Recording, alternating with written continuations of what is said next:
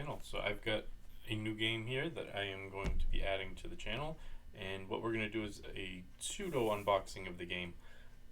I call it pseudo because I've already unboxed it. I've already put the models together, started painting a little bit, and was going through the rules, and this is a game that looks exciting enough to me that I do want to add it to the channel and do future unboxings. I have two other expansions that I will do pseudo unboxings for, where I've already opened the kit and maybe partially assembled models, and then I have a couple other kits which are still sealed, and we'll do true unboxings on those.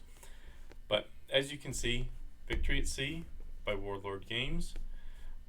This is a World War II miniatures, sea battle game. This happens to be the Battle for the Pacific two-player starter. It's the only two-player starter. They don't have other fleets with other starters. This is the only two-player starter. It has some American and some Japanese ships. There are other factions or navies in the game. You have the Royal Navy, the Kriegsmarine, which is German Navy. You've got the Italian Navy and the French Navy also in the game, which we may cover at some point, but for now I am most interested in the US and the Japanese fleets. Now, one thing I am going to talk about at the end of the video, so please stay tuned if you're interested. I'm going to talk about whether I think you need to purchase the two-player starter for the game, or if you can get away with not purchasing the two-player starter. So for example, if you would like to go into the Royal Navy as your preferred navy, do you need to get the two-player starter in order to be able to play the Royal Navy? I will get into that at the end, but for now, let's open this up. Again, this is not how you would see it packaged. I have these laid out. They would come bubble wrapped and everything. The ships themselves, you see here, I have already added on the extra bits. The ships come based. All of the ships here come in a medium gray to dark gray resin. This is not the best resin that Warlord provides. Most of the expansions that I've opened so far come in a much lighter gray, similar to this, but this is just primed. I've primed a few models and did a little test painting of one of the smaller ships. So the light gray resin is excellent. This darker gray, there's lots of flash, lots of cleanup. It's not the greatest, but it's okay. The detail is perfectly fine. I'm not going to not recommend it because of that. But what else do we get in the kit? We do get some dice. We get 4 D10s and 12 D6s. As you get into the game and play it more and more and play bigger and bigger battleships, you will want more D6s than the 12 that come in the game. The 4 D10s will cover most situations, but you may want your own. The D10s are mostly for deciding initiative, and then also determining critical hits. You'll be rolling D6s far more frequently. You always get a tag, sometimes multiple, of the person who packaged the game for you. So this was packaged by VaS, so thank you very much, VaS. Now, looking at the models, things look a little bit unbalanced. You have Japanese Navy on the top, US Navy on the bottom. As you can see, the US Navy has 3 extra destroyers. The destroyers are the smallest ship in the game. So you'd think that this would be unbalanced, but in actuality, when you add up the point cost of each of the base ships here, the Japanese Navy comes in at 935 points, and the US Navy comes in at 760 points. So from a points perspective, it's actually unbalanced in favor of the Japanese. Now, I'm not going to get too much into this right now because it's just an unboxing, but I do think that there's been some fair balancing between the Japanese and the U.S. navies in a thematic way, in that the Japanese Navy liked to put all kinds of um, more firepower, more armor onto their ships. The U.S. went with more ships, but maybe sacrificing a little bit of firepower and armor. And this is one of the reasons why the U.S. just won the war of attrition. They had more ships to go from. The Japanese losing one ship was much more significant to them than it was for the U.S., although it would be significant to the U.S. as well. So what do we get? So we get 3 Fubuki class destroyers. I'm going to try and focus in. Alright, so that would be the unpainted version. Now the Fubuki, I did paint one of them, so I will bring that one up as well. And the detail is good. You can see all the guns there. There's lifeboats. All of the ships have their class written on the side. The larger ships have individual names on the side as well. So there's your destroyers. And then each faction comes with 3 cruisers, which is the next size up in the game. So this is the Furutaka. I believe it is from the Furutaka class. Yeah. And it's a cruiser. And then we have the Mogami class of ship.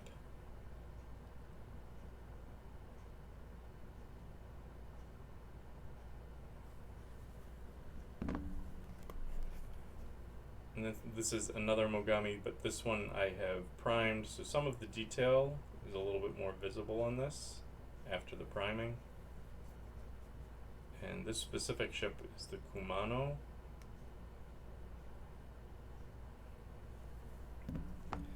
Then the US has 6 Fletcher class destroyers. I'm not going to get too much into the capabilities of each ship. This is just an unboxing to show you the contents of what you get. We will talk briefly about some of the stats, however.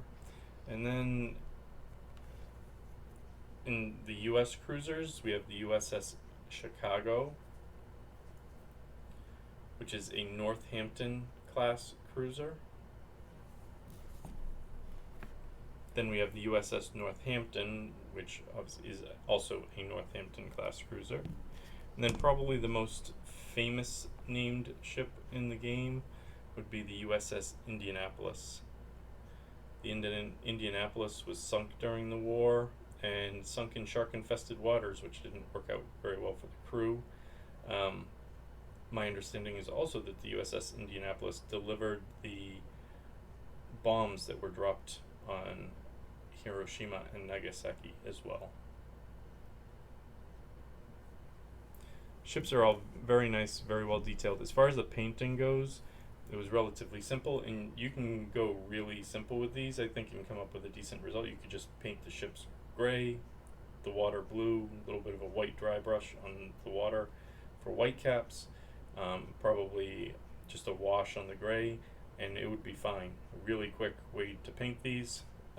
There are much more complicated ways to paint them that are, more historically accurate, but that just depends on how you want to go about painting these up. Now, each ship has a ship card. I have divided these out, so these are the duplicates because we have duplicate ships. I will quickly go through the individuals, and we will focus in on this.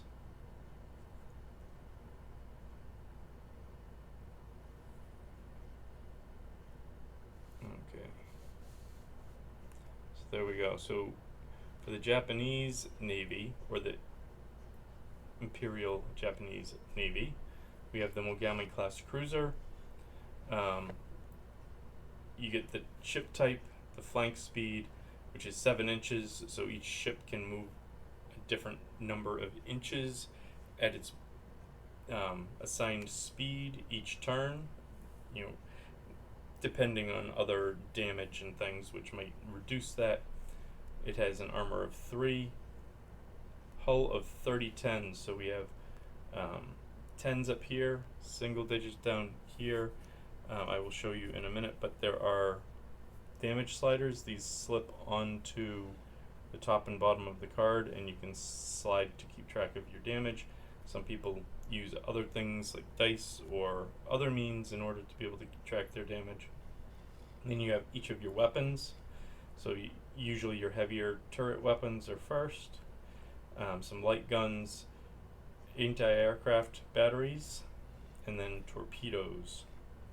I'm not going to get too much into each one of the different weapons, but they all have ranges.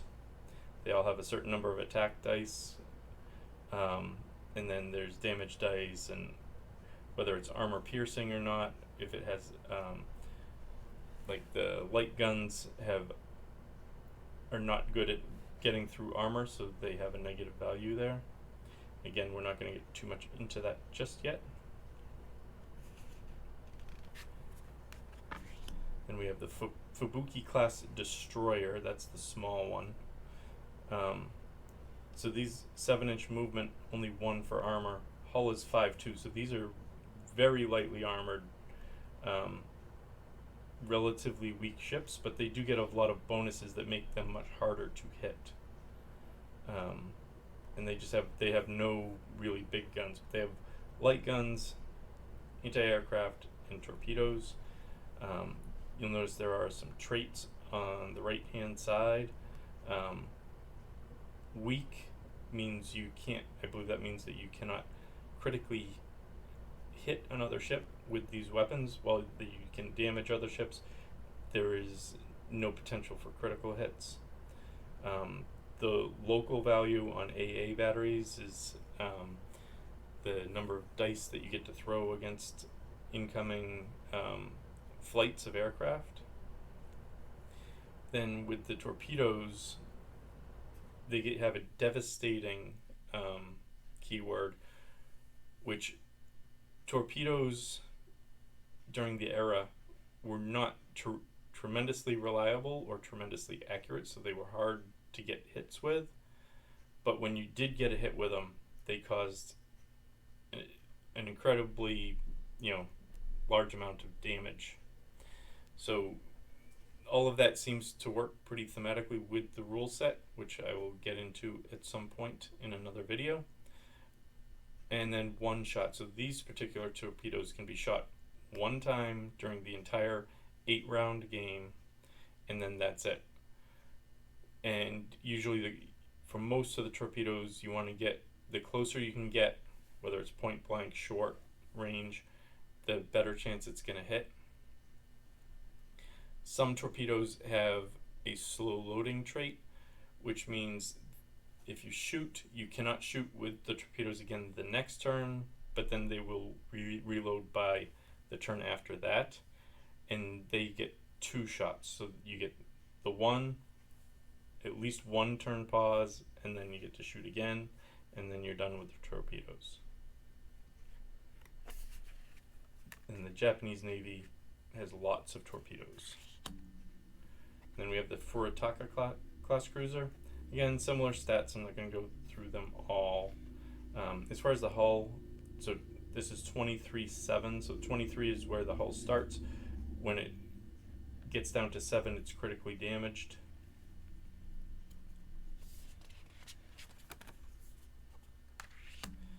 For the US, we have the Portland class cruiser. So this is the Indianapolis. Now you notice there are points up here. So the Indianapolis would have been 140 points, where when we were talking about the Furitaka, it was 225 points. So significant difference between the costs of the individual ships. Notice we have no torpedoes on the American cruisers, just the larger 8-inch turrets, some light guns, and an AA battery. Northampton class cruiser. Similar stats. You also notice many of these cruisers and other ships have an aircraft value. So a lot of ships at the time would have seaplanes that they could launch from the back for scouting purposes. But before radar, the only way to see beyond the horizon would be to send a scout aircraft ahead in order to see what was happening. Once radar came in, that became less necessary, but based on the rules of the game, we can run some aircraft for scouting purposes only from ships like this. Now the back of each of these cards do have some other information. They usually have some historical information, but then they have refit information. So this ship has lots of refits. Now refits, so you can take the refits on your ship for additional points, plus 10 points, plus 5 points. And it gives the names of the ships. So if we wanted to take the USS Chicago in 1942 as our ship, to get the increase in the anti-aircraft batteries for 5 points, we would have to take every Chicago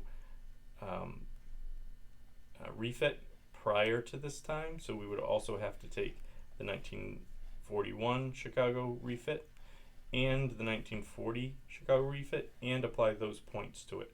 So it would be 10 points here, 5 points here, and another 5 points here to do that. From what I understand about the game, 1943 tends to be the most balanced year. Usually when you're going to play a game, you set a points limit, probably early on a lower points limit, but eventually 1,500 to 2,000 points, but it can go bigger. The most expensive ship in the game that I know of right now is 1,000 points. And then the last ship card that we have is our Fletcher class destroyers for the US. Flank speed of 10, their hull is just 6 and 2. Their traits, they have radar and depth charges, so they can fight against subs a little bit. And again, the light guns, AA, and they do have some torpedoes, which are devastating one-shots. And also in the box, you do get a basic starter rules manual. I am going to zoom out a little bit at this point. And this rules manual, it gives you everything that you need to do to play with the starter, but there is a hardcover, large, relatively expensive rules manual, which you will eventually want to get, because this doesn't go too deep into things like aircraft flights, aircraft carriers. It doesn't go into submarine tactics or anything like that into any great detail. So if you're going to invest in the game and play it more, you're going to want to get the larger rulebook. It has a taken care of Warlord's resin sheet, which tells you you need to wash it, how to do that, how to prepare the resin before you're going to paint it. Very important. Then you also get your tokens and some measuring tools and 2 3x3 paper mats. I'm not a big fan of paper mats. I won't be using these. I have a neoprene mat on order. And then the damage sliders, which I was talking about. Every single expansion comes with more and more damage sliders because they're just little paper things. You're going to lose them. You'll need more of those. Okay, so now comes to the point where I am going to talk about, do you need to buy the starter in order to play Cruel Seas? And my feeling is that you don't. So this is the hardcover rulebook. If you're not going to get the starter, you will need this. The starter costs $60. The starter costs $80. The Victory at Sea Rulebook is about $60. You might be able to get it on sale at different places, just need to look around. All kinds of information in here. Now, it's a thick book, don't let that worry you. It's not filled with rules minutia. There's a lot of history in here. There's one thing that I find really nice is that all of the ship stats for all of the navies, including ships that have not been modeled by Warlord yet, all have their stats in here. So for example, this is the Mogami class cruiser here, and this is the ship card. So this table has all of the information from both the front and the back of this card in this large table. So if I'm playing the US and I'm playing against a player playing the Japanese Navy, I can have my rulebook out and I don't have to bug them about the stats for their ship. I have all of their stats here. Now, one thing to note is that Warlord says, so you're going to get stat cards with every expansion and the starter. You then have the stats that are in the rulebook. If the rulebook stats and the card stats differ in any way, whether it's points or any of the stats for anything else, the rulebook overrides anything on a card. And then the online FAQ will override anything in the rulebook. So precedence goes the FAQ, the rulebook, then the card. So it is important to have this. Now, the one thing, so you're going to also need to get dice, but they're not uncommon dice. They're dice that you can get at pretty much any game store or online. That's not a problem. But the other thing that you're going to need is the tokens and measuring tools. Well, what you can do is at the back, and I believe it's also in the front of the book, but I bookmarked the one in the back. So this book has a page that has the tools, and these are all one-to-one. So this tool matches exactly the tool that's in the cardboard cutout. So you can photocopy this. It even says down here that permission to photocopy for personal use only. You can photocopy this, tape or glue it to cardstock, use an X-Acto knife and cut it out, and you would have your tools and your tokens and everything that you would need that would have come in the starter. So there, in my mind, there is nothing in the starter that is required to play the game that you only get in the starter. Now, I do think the starter is a tremendous value. If you're going to play the US or the Japanese fleets, I recommend that you get the starter. If you're going to play both the US and the Japanese fleets, definitely get the starter. It's a good value. The only thing to note is with the models, they do come with the lesser quality resin, and also all of the what I call greeblies, which are the guns, the cranes, and the towers, all come separate, which you have to glue on, and they come in resin in the starter. All of the expansions, all of these greeblies come in metal, and they fit much easier. They're much easier to work with the metal. So the resin looks fine, especially once it's painted, but the metal ones are a little bit nicer. But I do think if you're going to play the Japanese and the US Navy, or if you have a friend and you wanted to split the starter and half of you take Japanese and half of you take the US, then it's a tremendous value, and I do recommend getting this. But once we get to our other unboxings, you're going to see that the quality of the ships goes up tremendously. So if you get the starter, don't think negatively in any way about the quality of the ships.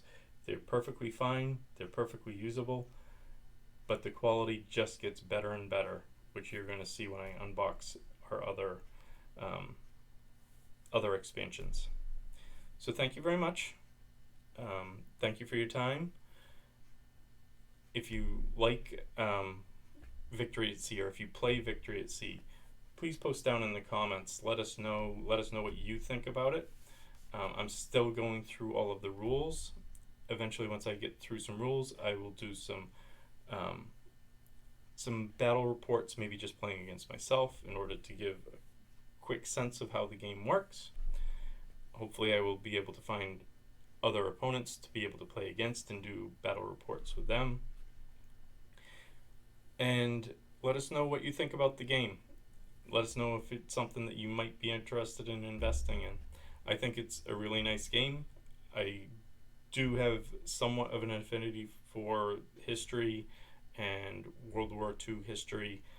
My grandfather fought in the Pacific, so the Pacific theater is kind of what I'm interested in.